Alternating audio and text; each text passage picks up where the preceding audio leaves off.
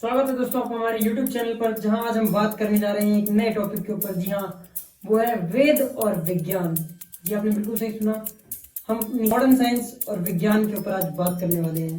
तो ज्यादा देरी ना करते हुए चलिए वीडियो को शुरू करते हैं। दोस्तों, साइंस वर्सेस वेद पुराण, इन सब का मुद्दा कोई नया मुद्दा नहीं है, ये काफी पुराना मुद्दा है। इस पर बातचीत सालों से होती है, ये लोग इस पर सालों से बहस कर रहे हैं। कोई कहता है कि मॉडर्न साइंस ने सब कुछ दिया है, इसी सारी नॉलेज जो है मॉडर्न साइंस ने ही प्रदान की है। वहीं कुछ लोगों का कहना है कि नहीं, ऐसा नहीं है। जो मॉडर्न साइंस ने प्रदान किया है उस चीजों को हमारे जो विद्वान ऋषि मुनि ये सब थे वेदों और पुराणों में लिख कर गए हैं। स्पेशली सनातन धर्म में ऐसा कहा जाता है कि ये जो विज्ञान है ये हमारे वेदों और पुराणों में पहले से ही लिखा गया है हमारे पूर्वजों द्वारा। तो चलिए इन बातों को जानते हैं और फैक्ट चेक करते हैं इनके। और कुछ फैक्ट्स इन बातों को सच भी साबित करते हैं, जिनको सुनने पर लगता है कि हाँ, ऐसा हो सकता है हमारे पूर्वज विज्ञान को लेकर हमसे एडवांस थे। तो अब दोस्तों, पहला फैक्ट यही है कि 9 ग्रह। जी हाँ, हमारे सोलर सिस्टम में 9 ग्रह हैं। अब प्लूटो को हालांकि जोड़ा नहीं जाता है ग्रह के रूप में, पर जब हमारी मॉडर्न साइंस है उसने 9 ग्रहों की खोज कब की? जी आप ये मान सकते हैं कि 1781 में पहली बार यूरेनस को खोजा गया। यूरेनस जो ग्रह है उसको 1781 में खोजा गया, जो सूरज से 7वां ग्रह है। उसके बाद 1930 तक आते आते प्लूटो तक की खोज हो चुकी थी। तो आप समझ सकते हैं 1781 से 1930 के बीच ही हमारे सारे ग्रहों की खोज हुई टेलीस्कोप के द्वारा टेक्निकली। पर मैं आपको क्या कहूँ कि ये सब हमारे धर्म ग्रंथों में पहले से ही लिखा हुआ है। जी हाँ, प्राचीन भारत से लेकर अब तक हमारे भारत में 9 ग्रहों की पूजा बहुत पहले से होती आई है।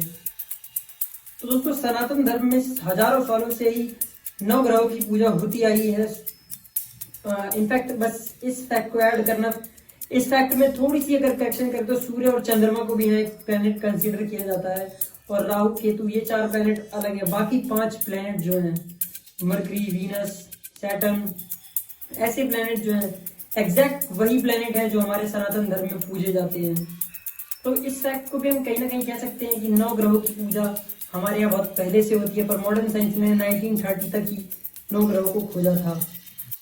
अब हम बात करें अपने अगले फैक्ट की, तो वो है कि धरती गोल है। अराउंड 384 टू 322 BC एरिस्टोटल ही ऐसे व्यक्ति थे जिन्होंने साफ तौर पर कहा कि हाँ, पृथ्वी गोल है।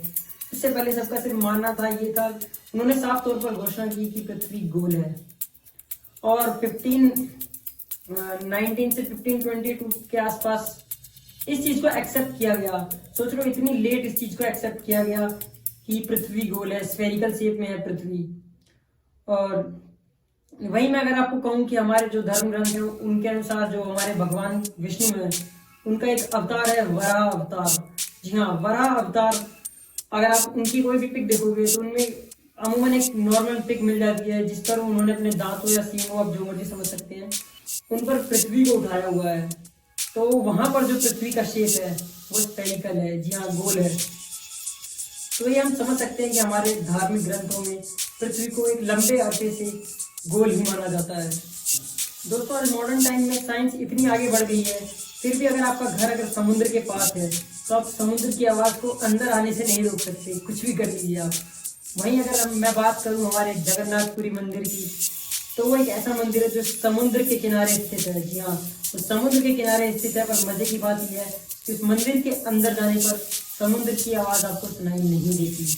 जी हाँ, तो हम ये इस मंदिर को भी एक आधार मान सकते हैं कि उस समय का विज्ञान काफी अच्छा था। अगर मैं आपको और कुछ फैक्ट्स बताऊं मंदिर के, तो मंदिर के ऊपर एक चक्र है जिसको आप किसी भी दिशा से देखेंगे तो ऐसा लगेगा कि वो चक्र सिर्फ आपकी ओर है, मतलब उसके सामने का हिस्सा आपके ऊपर। आप उसे किसी भी दिशा से देखिए वो वैसा ही दिखेगा आपको। एक मजेदार बात और इस मंदिर के बारे में ये है कि दिन के समय जो मंदिर है उसकी छाया यानी परछाई कहीं भी नहीं, किसी भी दिशा में नहीं दिखाई देती दिन के समय में। तो ऐसा कमाल का आर्किटेक्चर, बहुत गजब रहा होगा उनका, काफी अच्छी साइंटिफिक नॉलेज होगी उन्हें। दोस्तों, इतना ही नहीं, मैं आपको एक काफी बड़ा सबूत देने जा रहा हूँ कि क्यों हमारे वेद जो है, वेदांतिक थ्योरीज जो है हमारी वेद है, वो मॉडर्न साइंस के ट्रेसेस उसमें मिलते हैं। मतलब क्या रिएक्शन होगा अगर मैं आपसे कहूँ कि जो एल्बर्ट आइंस्टाइन की थ्योरी है टाइम रिलेटिविटी की, उसके भी ट्रेसेस आपको हमारी भगवत गीता के अंदर मिल जाएंगे। यहाँ आपको सुनने में बड़ा अटपटा लग रहा होगा, पर ये बात सच है। आप अगर भगवत गीता के अध्याय 8 और श्लोक 17 पढ़ेंगे तो आपको वहाँ एल्बर्ट आइंस्टाइन द्वारा दी गई टाइम रिलेटिविटी की जो थ्योरी है वो भी सुनने को मिलेगी। दोस्तों, ये भगवत गीता का अध्याय 8 का 17वां श्लोक सुनिए। सहस्त्र युग पर्यंतम मर्हद्य ब्रह्मांडो विदु रात्रिम युग सहस्त्रांत तेहो रात्रिविदो जना। इस श्लोक के अनुसार जो मानवीय गणना के अनुसार 1000 युग मिलकर ब्रह्मा का एक दिन बनता है और इतनी ही बड़ी ब्रह्मा की रात्रि भी होती है। तो आप यहाँ स्पष्ट जान सकते हैं कि यहाँ टाइम डायलेशन की बात की गई है। टाइम रिलेटिविटी के लिए एक तरफ का जो टाइम है वो रिलेटिव है अलग तरफ से, यानी हमारा जो मानव है उनका टाइम ब्रह्मा जी से काफी अलग चल रहा है, यानी रिलेटिव है। दोस्तों, मैं एक और चीज आपके सामने रखना चाहूंगा। 14वीं सेंचुरी में महर्षि शयनाचार्य, जी हाँ, जो महर्षि शयनाचार्य थे वो वेदों से काफी प्रभावित थे और पहली दफा ऋग्वेद का एनालिसिस करते हुए उन्होंने अपना एक श्लोक अलग से जोड़ा जो स्पीड ऑफ लाइट को डिफाइन करता है। जी हाँ, स्पीड ऑफ लाइट बताता है। उसके अनुसार स्पीड ऑफ लाइट ये रही आपके सामने, और आप modern science of speed of light ये रही आपके सामने। आप देख सकते हैं कि सिर्फ 1.33% कम है ये आंकड़ा। मतलब 14वीं सेंचुरी में उन्होंने इसका अनुमान लगा दिया हमारे वेदों से प्रभावित होकर, उनके ट्रेसेस में पढ़कर। तो दोस्तों, मेरा कहना सिर्फ इतना है कि हमें वेद और पुराणों का नाम सुनते ही सिर्फ ये नहीं समझना चाहिए कि वो भगवानों का ही विवरण देते हैं। वेद और पुराण जो है वो भी वैज्ञानिक तर्ज पर ही लिखे गए हैं, वह भी विज्ञान से कहीं ना कहीं जुड़ते हैं और वैज्ञानिक सोच रखते हैं। तो विज्ञान, आप सोच सकते हैं, आज से इतने हजारों साल पहले लिखे गए वेद पुराण, उनमें ये सारे विवरण हैं, तो वो कहीं ना कहीं वैज्ञानिक तो रहे होंगे। तो हमें सिर्फ वेदों का नाम सुन के सिर्फ मजाक नहीं उड़ाना चाहिए कि ये तो सिर्फ भगवानों का विवरण देते हैं। जी नहीं, मेरा मानना है कि ये भी एक वैज्ञानिक तर्ज रखते हैं।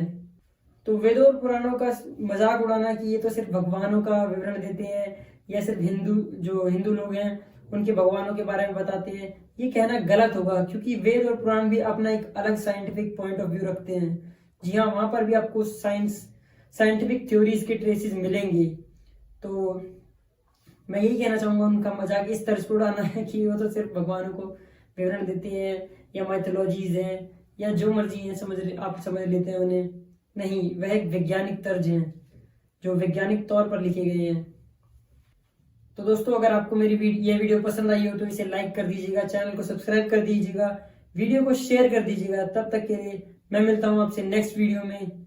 जय हिंद, जय भारत, जय श्री राम।